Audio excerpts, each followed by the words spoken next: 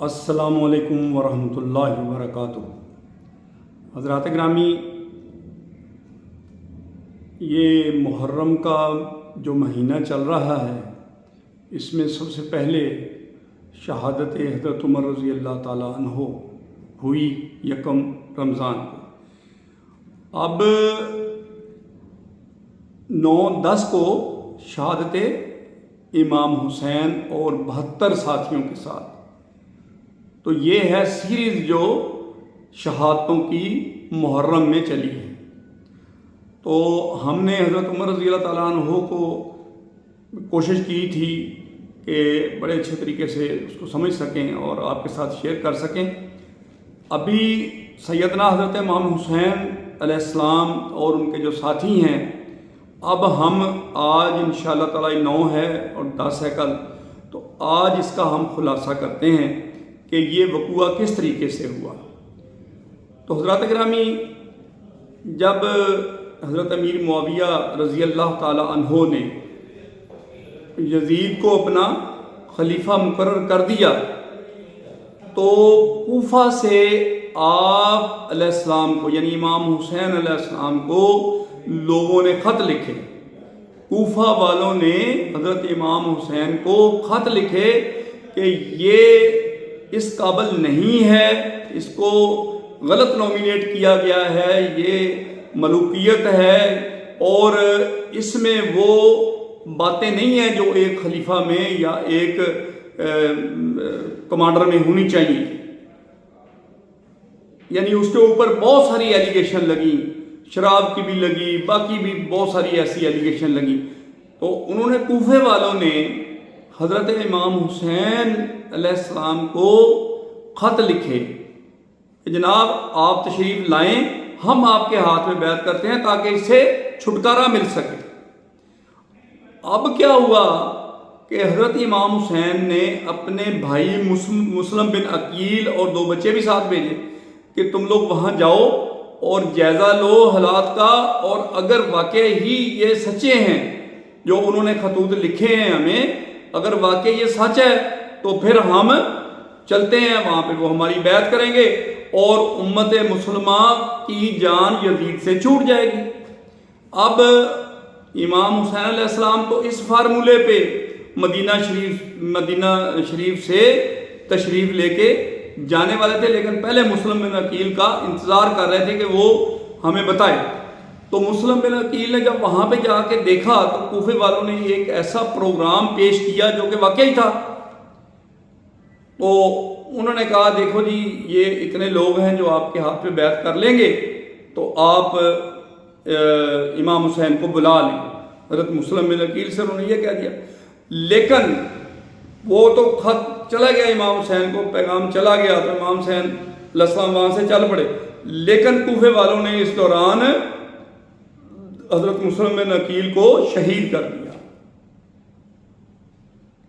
اب حضرت امام حسین وہاں سے چل پڑے، آپ کو پتہ چل گیا کہ یہ کام ہوا ہے، لیکن آپ نے پھر اپنا پروگرام ملتوی نہیں کیا، تو آپ پھر وہاں سے چل پڑے۔ جب آپ پہنچ گئے تو وہ کربلا کا مقام جو تھا وہی آپ نے چناؤ کیا، وہاں پہ آپ نے اپنے خیمے لگائے اور وہاں پہ آپ بیٹھ گئے، اور وہ جو لشکر تھا، ابن زیاد کا جو لشکر تھا، وہ وہاں پہ سامنے بیٹھا ہوا تھا، جو آپ کو پابند کرنے والا تھا کہ چلو جی آپ جو ہے نا بیعت کرو۔ یعنی یزید نے یہ پیغام دیا تھا ان کو کہ وہ آتے ہیں اگر تو ان سے بیعت لے لیں، ٹھیک ہے۔ اب آپ یہ خود دیکھیں گے، جو شہادت امام حسین اور ان کے عزیز و اقارب کی ہوئی ہے، تاریخ انسانی میں یہ عظیم شجاعت، صبر و استقلال، استقامت، اس کی بہت روشن مثال ہے۔ یہ شرافت، مروت، حمیت، غیرت اور عزت نفس کا تقاضا بھی تھا کہ معاملہ ہے یزید کا، تو امام حسین نے بولا کہ دیکھو آپ لوگ ایسے کرو، آپ مجھے جانے دو، میں یزید کے ساتھ جا کے ملتا ہوں اور ہم آپس میں معاملہ اپنا طے کر لیتے ہیں۔ یعنی امام حسین علیہ السلام نے وہاں پہ پڑاؤ ڈالنے کے بعد ان کو یہ فارمولہ دیا۔ آپ نے پھر یہ بھی فرمایا کہ آپ ایسے کرو، میرے دائیں بائیں چلو تاکہ میں کہیں بھاگ نہ جاؤں، تمہارے خیال میں مجھے وہاں پہنچا دو، میں وہاں جا کے اس معاملے کو خود حل کر لوں گا۔ لیکن انہوں نے کیا کیا؟ انہوں نے آپ کو قتل کر دیا۔ انہوں نے آپ کی کوئی بات نہیں مانی، کیونکہ پیچھے سے شمر پیغام لے کے آیا ہوا تھا کہ اگر یہ نہیں مانتے تو ان کو قتل کر دیا جائے۔ اب معاملہ آ گیا جناب اس بات پہ 9-10 محرم کو، تو جو حضرت حر ہیں انہوں نے کیا کیا؟ انہوں نے ان کو بولا کہ بھئی یہ دیکھو، یہ حضرت امام حسین علیہ السلام جو ہیں یہ نواسہ رسول ہیں، تو آپ یہ کیا کرنے جا رہے ہو؟ یہ علی کا بیٹا ہے، یہ علی کا صاحبزادہ ہے، آپ کیا سمجھتے ہیں کہ یہ سرنڈر کر جائے گا؟ یہ آپ کے سامنے ہتھیار ڈال دے گا؟ یہ ہو نہیں سکتا۔ تو اب انہوں نے کیا کیا؟ انہوں نے جناب حضرت حر جو ہیں انہوں نے پھر بعد میں یہ مکالمہ کرنے کے بعد شمر سے اس نے کہا اوکے، اب اگر آپ کا یہی فیصلہ ہے تو میں یہ جا رہا ہوں۔ تو وہ اس گھڑی اس نے فیصلہ کر لیا حق کے ساتھ ساتھ دینے کا، اور وہ 1000 لوگوں کا وہ کمانڈر تھا، یعنی اس کے انڈر کمانڈ 1000 کا لشکر تھا، حضرت حر کے انڈر کمانڈ، لیکن وہ ادھر جا کے اس صف میں شامل ہو گیا۔ تو حضرت امام حسین علیہ السلام نے پھر ان سے 1 دن کی مہلت مانگی ہوئی تھی کہ دیکھیں آپ مجھے 1 دن کے لیے ٹائم دے دیں، ابھی میدان کارزار گرم نہ کریں، مجھے 1 دن کا ٹائم دے دیں۔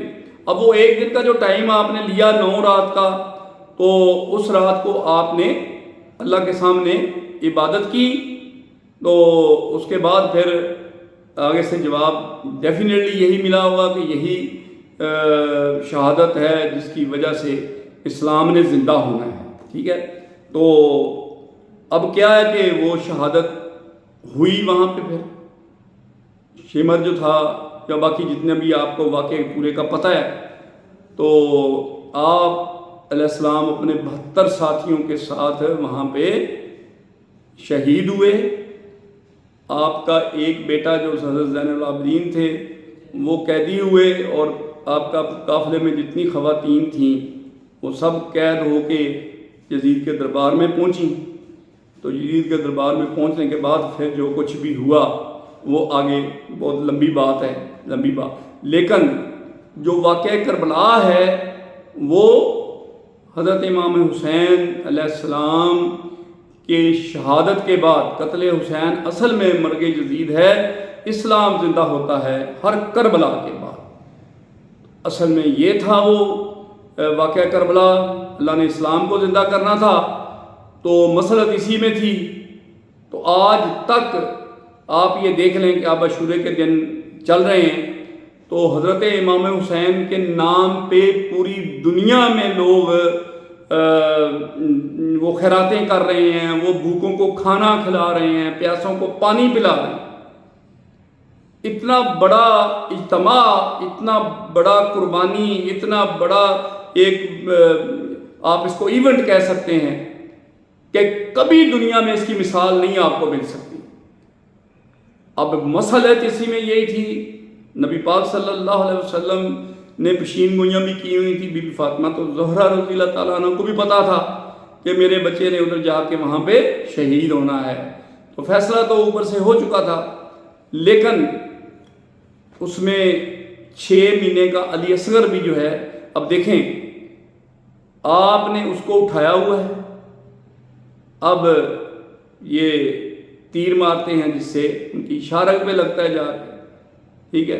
تو اب اس نے بھی اپنی قربانی پیش کی، علی اکبر نے بھی پیش کی، حضرت عباس نے بھی پیش کی، یعنی یہ ایک ایسا میدان کارزار گرم ہوا ہے، حر نے شروع کیا، یہ لڑتے ہوئے کتنوں کو انہوں نے واصل جہنم میں کہوں گا، کیونکہ اب حضرت ہم صوفی سفر کے ایک ادنا سے غلام ہیں، تو صوفی سفر کے توسط سے صوفی برکت علی صاحب جو ہیں، ان سے کسی نے پوچھا کہ جناب آپ بتائیں آپ کس گروہ میں شامل ہیں؟ تو آپ نے کہا کہ سارے گروہ ختم ہو گئے کربلا کے بعد، قتل حسین کے بعد، شہادت حسین کے بعد صرف دو گروہ رہ گئے، ایک حسینیت اور ایک یزیدیت۔ تو صاف ظاہر ہے کہ ہم حسینی ہیں۔ تو اب کوئی شک والی بات نہیں ہے، بندہ یہ کہے جناب یزید جو تھا وہ شہزادہ تھا، یہ شہزادوں کی جنگ تھی، اور بھائی یہ کون سے شہزادوں کی جنگ تھی؟ شہزادہ تو ادھر تھا جس نے شہادت اپنی دے کے اسلام کے بوٹے کو پانی لگا دیا، خون سے پانی لگا دیا، اس کو تازہ کر دیا، اسلام زندہ ہو گیا اس کربلا کے بعد۔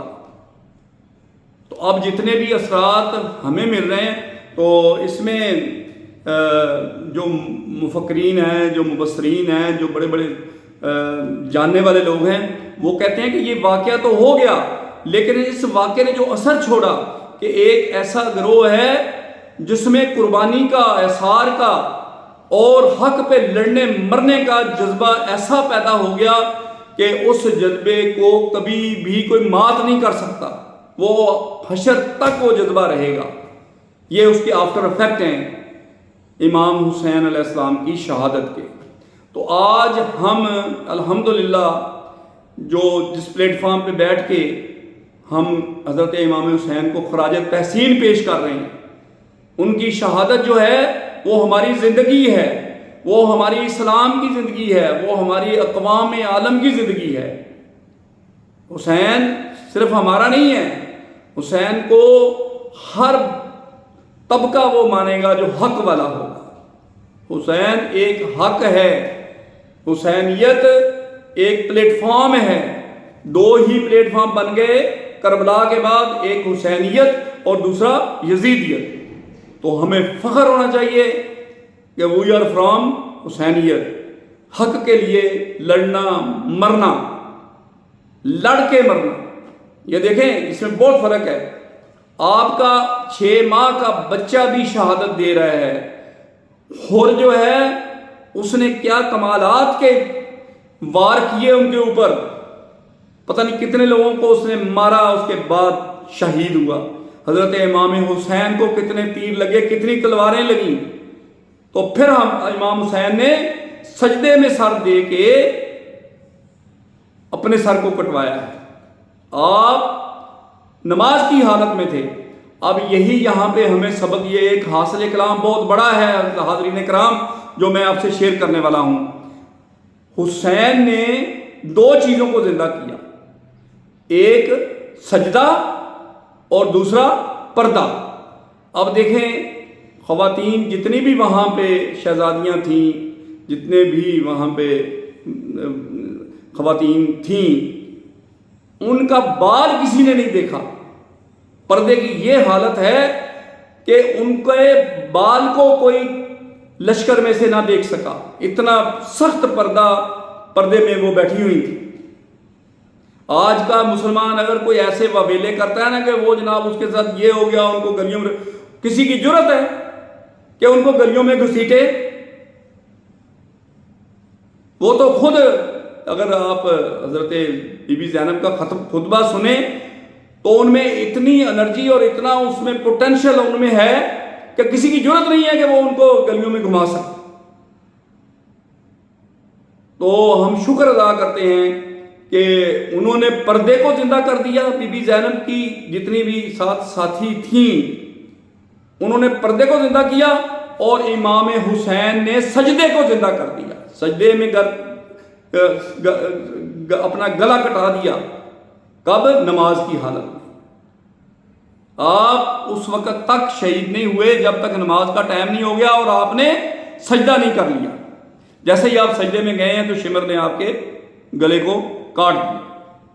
تو یہ ہے ہماری شہادت حضرت امام حسین کی، ٹھیک ہے۔ اس میں ہمیں فخر ہے کہ اسلام زندہ ہوتا ہے ہر کربلا کے بعد۔ تو ہم اللہ تعالیٰ سے دعا کرتے ہیں کہ ہمیں یہ جو شہادت حسین ہے، حسینیت پہ چلنے کی توفیق عطا فرما۔ آج بھی ہمیشہ سے یزیدیت آپ کے سامنے کسی نہ کسی شکل میں موجود رہے گی، اور آپ بھی اسی طرح حسینیت والے جو ہیں اپنا حق ادا کرتے رہیں گے انشاءاللہ۔ ہم وعدہ کرتے ہیں اللہ تعالیٰ سے، یا اللہ پاک ہمیں یہ ہمت اور حوصلہ عطا فرما۔ صوفی سفر کے چینل پہ ہم یہ دعا کرتے ہیں کہ یا اللہ ہمیں حسینیت والا وطن بنا، اور ہم میں وہی ہمت اور وہی حوصلہ اور وہی جرأت اور وہی استقلال جو حضرت علی رضی اللہ تعالیٰ عنہ سے شفٹ ہو کے حضرت امام حسین رضی اللہ تعالیٰ عنہ میں آیا ہے۔ اس لیے حر نے اس کو کہا تھا، شمر کو، اس نے بولا تم کیا سمجھتے ہو کہ یہ علی کا بیٹا جو ہے یہ بیعت کر لے گا یزید کی، جبکہ یزید میں سب وہ خاصیتیں ہیں جو تم نے کوفہ والوں نے ہم نے ان کو بلایا یہاں پہ۔ حر نے یہ اس کو کہا شمر، تو اس نے بولا علی کا بیٹا کیا یہ بیعت کر لے گا؟ تم یہ سوچ بھی سکتے ہو؟ میدان کارزار گرم کرے گا، ادھر شہادتیں ہوں گی، لیکن یہ بیعت نہیں ہوگی، اور وہی ہوا۔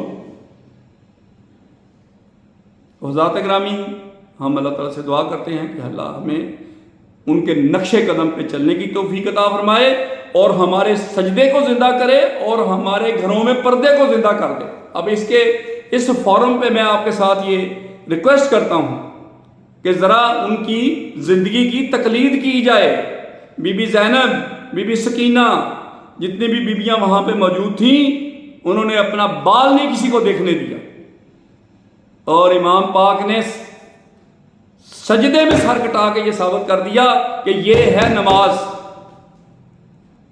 وہ کہتا ہے، اب مجھے مجبوراً وہ ایک شعر علامہ صاحب کا، وہ کہتا ہے اسلام تیرے دامن میں رکھا ہی کیا ہے، ایک ضرب ید اللہ، ایک سجدہ شبیری۔